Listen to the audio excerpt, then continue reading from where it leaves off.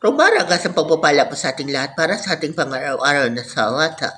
Tayo ngayon nasa Genesis Capitulo 24, versikulo 15 hanggang 17.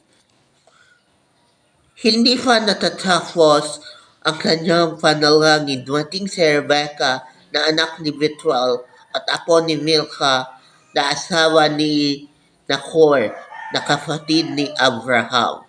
Siya ay dalaga pa at napakaganda. Lumusong siya sa bukal, pinuno ang kanyang banga at umahon. Sumalubong agad ang alipin at sinabi, "Maaari bang makiinom?"